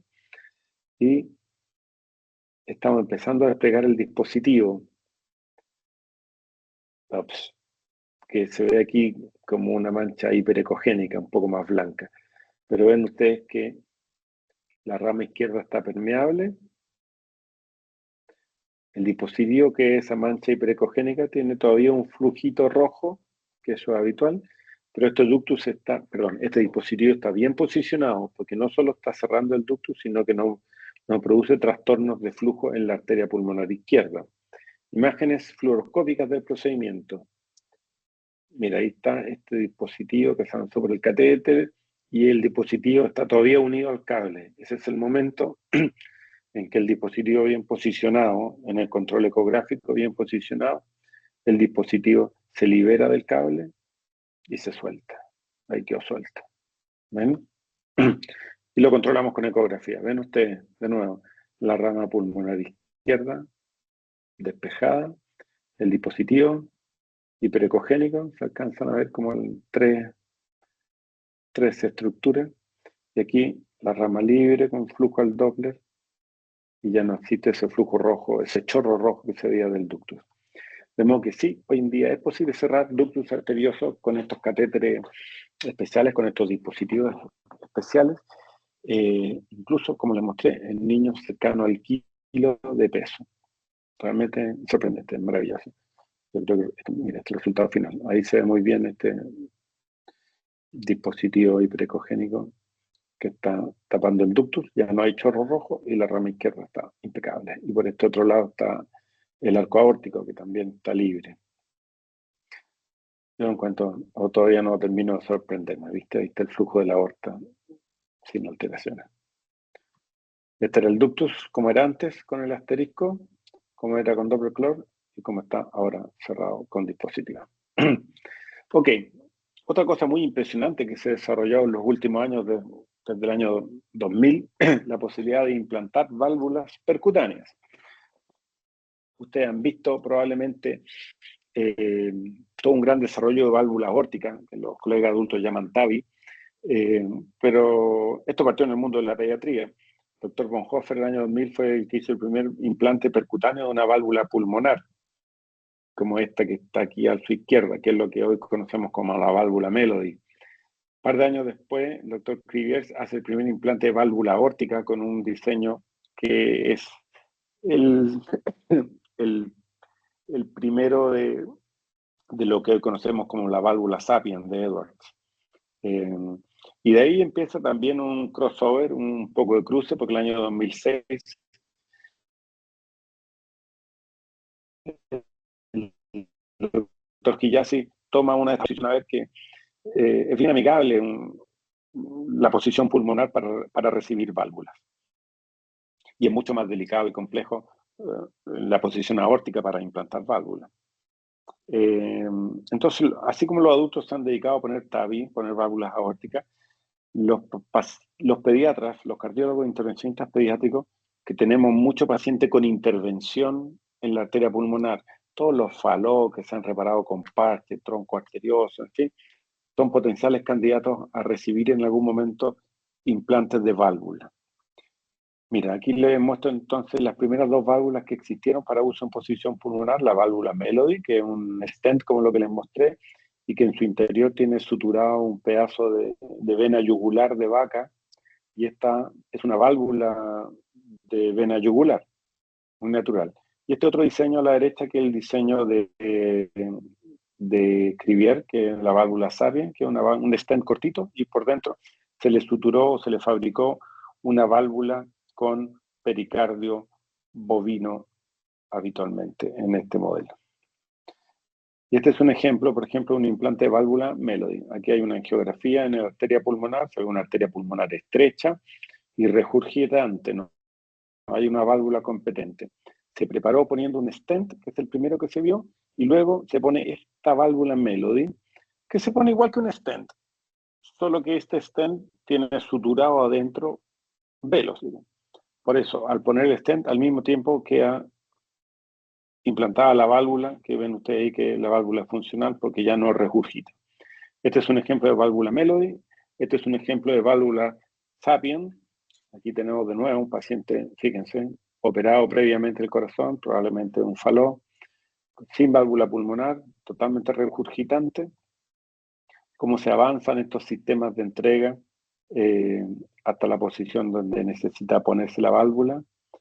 Se pueden poner un stent previo como zona de aterrizaje o hacerlo directo. Se deja descubierta el balón que lleva la válvula y se abre como lo vieron, y eso deja una válvula competente. De modo que hoy por hoy es una maravilla la posibilidad de poder evitarse una cirugía de corazón abierto, máquina de circulación extracorpórea, y poder poner válvulas competentes por vía percutánea. Sin embargo, muchas veces estas dos válvulas fueron desarrolladas para cuando habían conductos en el ventrículo derecho, un conducto entre el ventrículo derecho y la arteria pulmonar, pero muchas veces la situación es otra. Esto es como se ve un conducto calcificado entre el ventrículo derecho y la arteria pulmonar. Se fijan que está calcificado, está rígido, no es pulsátil, está adherido a la estructura adyacente y además de insuficiente porque no es competente. Pero muchos pacientes no tienen un conducto, lo que tienen es un parche. Y fíjense, estos tractos de salida en el ventrículo derecho que tienen parches son tremendamente pulsátiles, dilatados, de diámetro variable, no están adheridos a estructuras adyacentes. Y estos son la mayoría. Para este particular anatomía se desarrolló otro concepto de válvula percutánea, que son las válvulas autoexpandibles. Y si bien, aquí les puse algunos ejemplos, si bien comparten algunos conceptos, como esta configuración como reloj de arena o hueso de perro, si quieren llamarlo, Medtronic tiene un sistema, Venus tiene otro sistema, Edwards tiene otro sistema, lo que permite es que una válvula o un stent autoexpandible de Nitinol, el mismo material de los dispositivos de CIA o de ductos, El mismo material se usa para estos stents que son autoexpandibles y que en su interior llevan alguna forma de válvula suturada. Esto es pericardio porcino, creo, en Harmony. Venus es pericardio porcino. Alterra es pericardio bovino. Otras dos válvulas que hay en el mercado, Pulsta. Pero es lo mismo. Aquí tenemos un ejemplo de esta válvula Venus, que es una válvula autoexpandible que se está desplegando ahí, se está terminando de desplegar y permite que se recupere la competencia de la válvula en estos tractos de salida que son en general tan dilatados y pulsátiles como les mostré. Para este ejemplo particular, que es la válvula de Venus, se tiene que poner aquí, de modo que esta válvula está totalmente cubierta de pericardio porcino, que mejora el selle y evita los leaks paravalvulares. Y el extremo distal, que queda puesto aquí en la bifurcación, obviamente no está cubierto para evitar que se puedan ocluir parcialmente el origen de las ramas. Y queda aquí como en esta animación, ven ustedes cómo quedaría puesta esta válvula pulmonar en la posición del tronco de la arteria pulmonar. Y ahí ven en una ecografía cómo se ve, incluso se alcanzan a ver los velos de esta válvula Venus, cómo se mueven, y el Doppler totalmente competente con una llamita de una insuficiencia menos que trivial ahí. De modo que eso se puede hacer. Miren, y esta es la imagen que le mostré de resonancia, cómo se ve una válvula Venus en el tracto de salida del ventrículo derecho. Resonancia, como les dije, puede medirte el volumen antes del ventrículo derecho, antes del implante y después del implante, o la fracción de regurgitación de la válvula antes del implante y después del implante. De modo que resonancia da mucho información. De las últimas cosas bien especiales y impresionantes que se pueden hacer en cateterismo intervencional son los cierres de una comunicación interauricular bien especial, que es la comunicación interauricular de tipo seno-venoso, que es una comunicación interauricular que está acá arriba, no está en la mitad del septum, sino está muy cerca de la vena cava superior y que suele asociarse a drenaje venoso pulmonar anormal de venas del lado derecho. Para eso, después de un meticuloso análisis con angiotac, lo que se puede hacer es poner un stent en la vena cava superior que redirige el flujo de la cava hacia la aurícula derecha, al mismo tiempo cierre la comunicación interauricular y deje el flujo de las venas pulmonares permeable por detrás del stent hacia la aurícula izquierda. En este esquema quizás se ve mejor. Este stent abierto hacia la aurícula derecha, que cierra la sella y siempre y cuando que por detrás del stent haya espacio para que las venas pulmonares se vacíen a la aurícula derecha, a la aurícula izquierda. Entonces, algunas comunicaciones interauriculares de tipo senovenoso se pueden cerrar también por vía percutánea con este método. Aquí tengo una imagen de uno de estos casos y ven ustedes como este stent un poquitito aflautado está anclado en la vena cava superior. Aquí se está inyectando contraste por la vena cava superior y que llega a la aurícula derecha. Y por detrás de eso, se ve aquí, acá a la derecha se ve mejor, venas pulmonares se vacían perfectamente a la aurícula izquierda. De modo que este tipo de sequía también es posible, caso a caso, considerarlas para manejo percutáneo. Ahora, aparte de desarrollar técnicas, también se han desarrollado tecnologías. Y hay recursos angiográficos que son mucho más modernos que la tradicional y convencional angiografía bajo rayo. Hoy es posible hacer técnicas de inyecciones selectivas para una estructura en particular o hacer distintas proyecciones axiales, como les mostré, de equipos biplanares, ¿vale? Así que con una sola inyección uno puede analizar la estructura con dos arcos en C en forma simultánea. Y por último, el desarrollo de técnicas de angiografía rotacional que permiten adquirir información fluoroscópica y hacer reconstrucciones tridimensionales. De esto se trata una angiografía rotacional. Es cuando uno hace una adquisición rotando el arco en C alrededor del paciente, habitualmente 210 grados, algo así, Durante la inyección se hace esta adquisición y esto permite una angiografía de este tipo. Esta es una operación de Glenn que les conté yo, donde una anastomosa de la vena cava superior, ¿ven? La cava superior directo a las arterias pulmonares. Y esto es una angiografía rotacional. Las estaciones de trabajo moderno agarran esta información como si fuese un angiotac y pueden reconstruir un volumen como este. Es un volumen que se ve completo y que se puede analizar desde múltiples proyecciones, desde oblicua derecha, oblicua izquierda, incluso proyecciones que no son posibles para el angiógrafo. Porque tú no puedes poner un arco en C desde 90 grados craneal porque tienes una mesa interpuesta entre medio. De modo que con esta reconstrucción uno puede analizar un volumen anatómico completo y desde diversas proyecciones. Uno puede escoger incluso la mejor proyección de trabajo sin necesidad de dar rayo, uno puede escoger la mejor proyección de trabajo, la busca y el arco lo pone en esa posición y tú sabes qué imagen te va a dar la angiografía. Para hacer esta angiografía rotacional, Pancho a lo mejor se lo mostró, esto lo hacemos con marcapaseo rápido. La idea es disminuir el gasto cardíaco. Aquí ven ustedes cómo la presión arterial cae durante el marcapaseo rápido, de modo de mantener el medio contraste en la estructura que queremos analizar. Se hace en apnea también, de modo de evitar los artefactos por movimiento. Hay todo un protocolo donde inyectar, si queremos ver, fíjate que en este corazón tan particular que tiene un ventrículo único, que tiene una reparación del arco aórtico y que el flujo pulmonar está dado por este chant de Blalock-Taussig, si nosotros inyectamos en el ventrículo único derecho y hacemos una angiografía rotacional, vamos a tener toda la información del arco aórtico y de las ramas pulmonares con una sola adquisición. Y ven ustedes aquí cómo se ve el arco aórtico muy bien. Se ve, en este caso, un conducto, se ve un conducto hacia las dos ramas pulmonares. Aquí hemos recortado un poquitito la rama pulmonar y estamos viendo solamente el arco aórtico. Y luego, si uno quiere hacer lo opuesto, uno puede recortar el arco aórtico y quedarse solamente con el conducto y las ramas pulmonares. ¿Se fijan? Entonces, y aquí cortamos todo lo demás y nos quedamos solamente con el conducto y las ramas pulmonares. Y todo esto con una sola adquisición.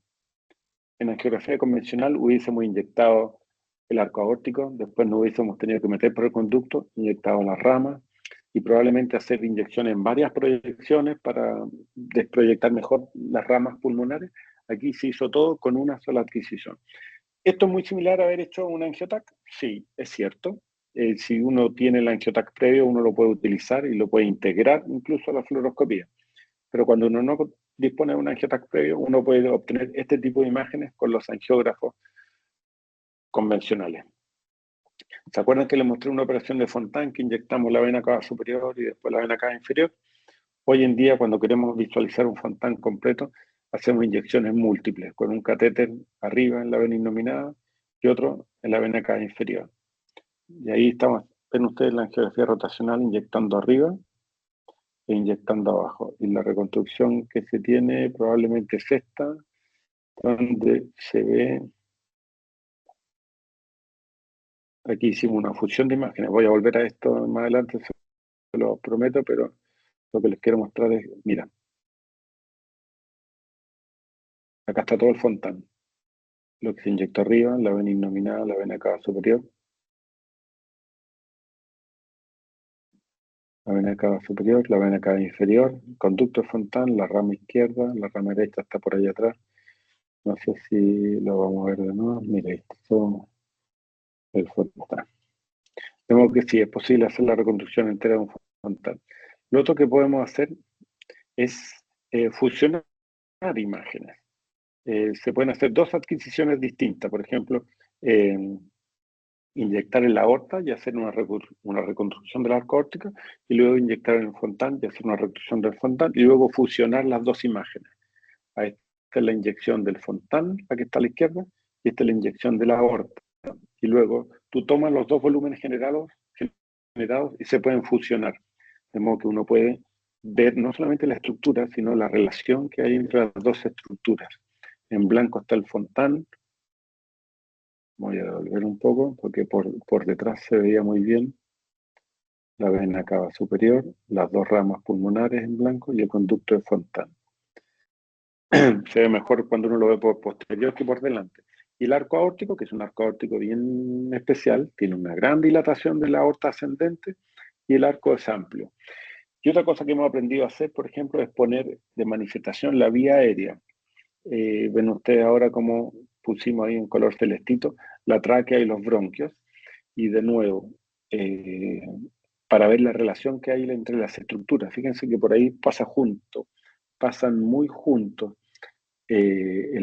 Por debajo del arco aórtico pasa el bronquio, fuente izquierdo, y la rama pulmonar izquierda. Se lo voy a mostrar de nuevo. Mira la relación de la rama izquierda con el bronquio fuente izquierda. Y esto están cursando bajo el arco aórtico, y se acuerdan que el arco aórtico estaba muy severamente dilatado, la raíz aórtica. De modo que cuando uno pone la aorta,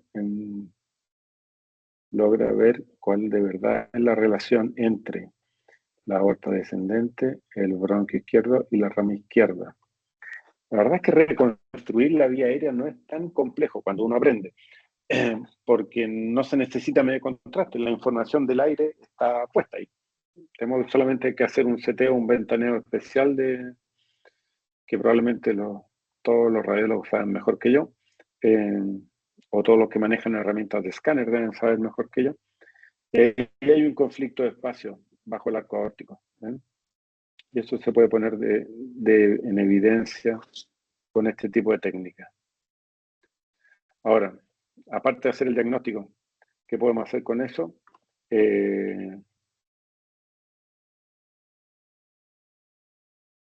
Se pueden desarrollar técnicas especiales, perdón, me adelanté un poco, se pueden hacer técnicas especiales para poder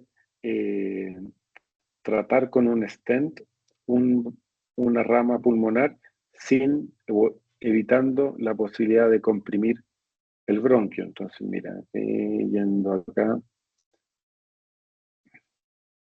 mira acá, se puede poner un stent y en vez de dejarlo redondo, configurarlo en una posición ovalada.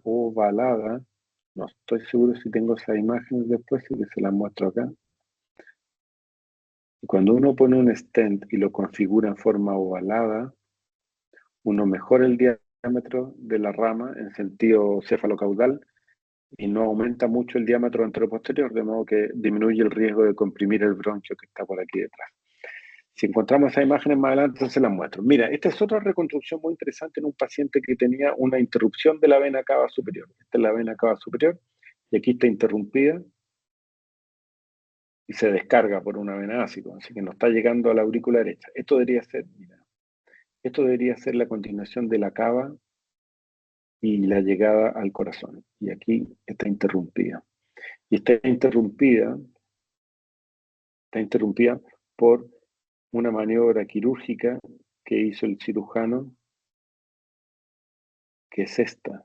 En un paciente que se opera por transposición de grandes arterias, tiene que pasar la arteria pulmonar para adelante. Y cuando pasa la arteria pulmonar para adelante, queda comprimiendo la vena cava que se tapa. Lo que hicimos fue poner un stent en la vena cava aquí, con lo cual se recuperó.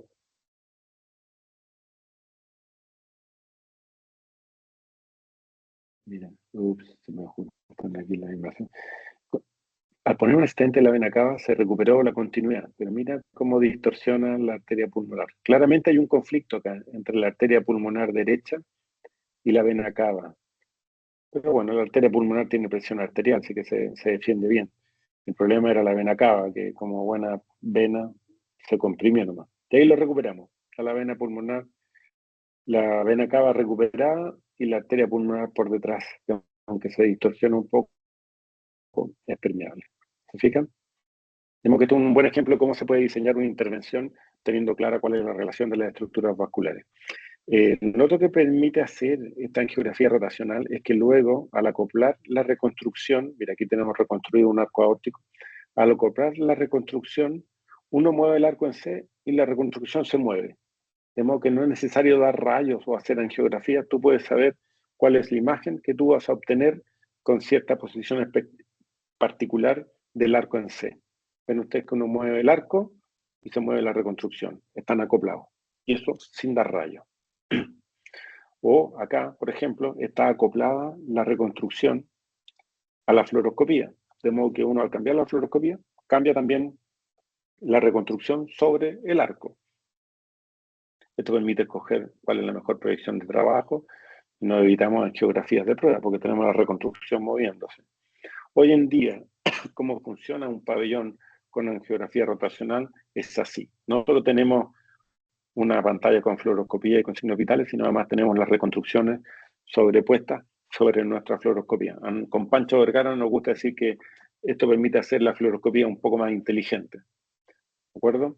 Lo otro que se puede hacer es guiar intervención. Aquí tenemos una coartación aórtica bien particular, porque este es un arco aórtico intervenido. Y que solo es evidente o muy evidente cuando uno lo mira desde cefálico, que es una proyección que no te permite un angiógrafo convencional. Pero una vez que tenemos clara cuál es la lesión, uno puede, por ejemplo, avanzar un stent hacia la zona donde está el estrechez. Lo hacemos con la guía de la reconstrucción en pantalla, no es necesario hacer angiografía, pero si hiciéramos la angiografía, ven ustedes que se corresponde perfecto. Y acá hay otro ejemplo de una estenosis muy severa en el origen de la rama izquierda. Buscamos cuál es la mejor proyección de trabajo, ponemos el stent en su lugar, inflamos el stent en la posición deseada, usando la reconstrucción como roadmap, como un roadmap 3D, y en este caso, no es necesario, pero en este caso, con la misma técnica de reconstrucción, evaluamos el resultado.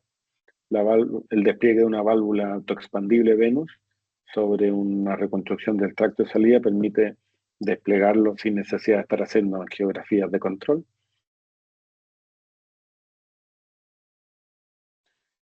Y el resultado final también con técnica rotacional, y ven ustedes ahora como la bifurcación de las ramas pulmonares está impecable, la válvula es competente, incluso tuvimos la precaución de inyectar la arteria coronaria, vemos que hay una arteria coronaria por posterior de la válvula recién implantada y que la arteria coronaria izquierda está permeable, que podría ser uno de los riesgos de este procedimiento. De modo que hay varias cosas que se pueden hacer con estas técnicas de imágenes convencionales. Y esto es lo que les quería comentar. Aquí tenemos una reconstrucción de la vía aérea, bronquio fuente izquierdo, y su relación con la rama izquierda, que aquí se ven re bien, pero cuando uno las mira desde caudal, claramente están aplastadas en sentido anteroposterior. La razón de eso es, y quizá este es el mismo caso anterior, tiene una aorta ascendente muy dilatada, por tanto deja bajo el arco aórtico deja muy poco espacio para la arteria pulmonar izquierda y para el bronquio izquierdo. Visto desde un plano transversal, aquí está la aorta ascendente, la rama, el bronquio, la aorta descendente. Si nosotros pusiésemos un stent en la arteria pulmonar, y aquí estamos simulando el stent con un balón inflado, el stent lo que haría sería distorsionar y comprimir el bronquio fuente izquierdo, como se ve ahí. Esta es la reconstrucción de esta adquisición. Se hizo una adquisición del balón inflado y se hizo la reconstrucción. Por lo tanto, esto es lo que les comenté, existen estas técnicas de configurar un stent en forma ovalada, porque tenemos el convencimiento de que poner un stent en forma redonda solamente lograría comprimir el bronquio, y hacerlo en forma ovalada permite que el stent crezca más en sentido cefalocaudal que en anteroposterior. Y esto se consigue usando dos balones dentro del stent. Aquí hay imágenes de cómo dos balones dentro del stent logran un stent de configuración ovalada. Hemos hecho un par de casos así con Panchito Vergara. Aquí un ejemplo de cómo estamos ovalando un stent con dos balones y ven ustedes el resultado posterior. Esta es una adquisición sin contraste, porque estamos adquiriendo solamente la vía aérea y el stent. Y ven entonces como, si bien persiste la relación estrecha, no se compromete o no se ocluye el bronquio, al menos. Estas son imágenes multiplanares del mismo concepto. Ven ustedes la rama antes del stent y después del stent, cómo creció, pero mucho más en sentido cefalocaudal y sin comprometer el lumen del bronquio, que está básicamente igual. Lo interesante es que estas nuevas técnicas de imagen permiten diseñar nuevos tipos de procedimientos. ¿Cierto? Comentarios finales nomás para no terminar de geografía rotacional. A nosotros nos gusta mucho, ofrece una evaluación anatómica completa, rápida, de alta calidad, te permite entender mejor la anatomía y las relaciones de la estructura anatómica, permite guiar intervenciones o desarrollar nuevas intervenciones, permite que la fluoroscopía tenga más capacidades, como hacer el roadmap, el acoplar, el ver vía aérea. Hoy en día, como les mostré un par de ejemplos, hacemos angiografía rotacional cuando no tenemos angiotac, lo hacemos nosotros para tratar o evaluar arcos aórticos complejos, ramas pulmonares, evaluación en postoperatorios difíciles, en los cuales uno quiere tener una evaluación precisa, completa y rápida y no demorar al paciente mucho rato en el pabellón, lo hacemos para postoperatorios complejos de Glenn o de Fontana, para válvulas autoexpandibles o para estos estentos ovalados en vía aérea. Y no sé si Pancho lo dijo, pero nosotros siempre ponemos esto porque la verdad es que la pega mía como operador intervencionista no sería posible si no tenemos un equipo humano que manejo de imágenes en el pabellón de hemodinamia y que tengan comprensión de lo que es este mundo de las cardiopatía congénitas y tengan compromiso y estén motivados. Con Pancho no solamente hemos desarrollado estas técnicas, sino que Pancho ha ido a los congresos, a los mismos que voy yo, y hemos hecho transmisión de casos en vivo. La verdad es que necesitamos un equipo, y ahí mis amigos tecnólogos médicos en imágenes son secos porque son motivados, son comprometidos, son grandes personas. Y eso. Así que el equipo humano también es muy valioso. Y aquí terminamos, para los que todavía están despiertos. Acá estamos, profesor. Sí, Por lo porque qué menos Andrés no se importante. durmió. No, no, estaba atento, estaba muy atento. Y me gusta mucho la forma en que cierra su presentación, Doc, por el hecho de que finalmente cada uno tiene su rol y todo, pero qué importante es el equipo, qué importante es la confianza, pero qué importante también el compromiso y la preparación para que todos los desafíos sean fructíferos. Así es. Bien, pues muchas gracias, doctor Garay. ¿Alguna consulta para Francisco? ¿Alguna inquietud? ¿Algún comentario? ¿Algún mensaje de cierre? Dado que estamos Si hay ya... consultas, perfecto. es- O dudas. Exacto. No sé si Javier, Stephanie, Andrés tendrán dudas, inquietudes de la presentación del doctor Garay.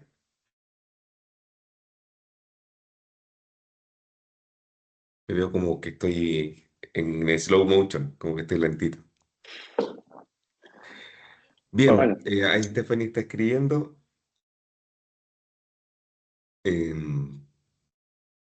No hay dudas por no lo hay duda. pronto. Ya, pues gracias por la clase, doc. Encantado, cuando quieran. Ya, Cuando pues, quieran. doctor Cualquier Francisco ayuda Garay, en este campo, las puertas abiertas. Y nos contactan a través del profesor Cabezas. gracias, maestro. Un gran abrazo. Muchas gracias, profesor. Se Andrés, un pasó. abrazo para ti. Gracias, Chao, cuídense, nos chiquillos, que les vemos. vaya muy bien. Igual, que sea un buen resto de semana. Póngale nomás. Que esté muy bien. Cuídense, gracias. Chao, chao.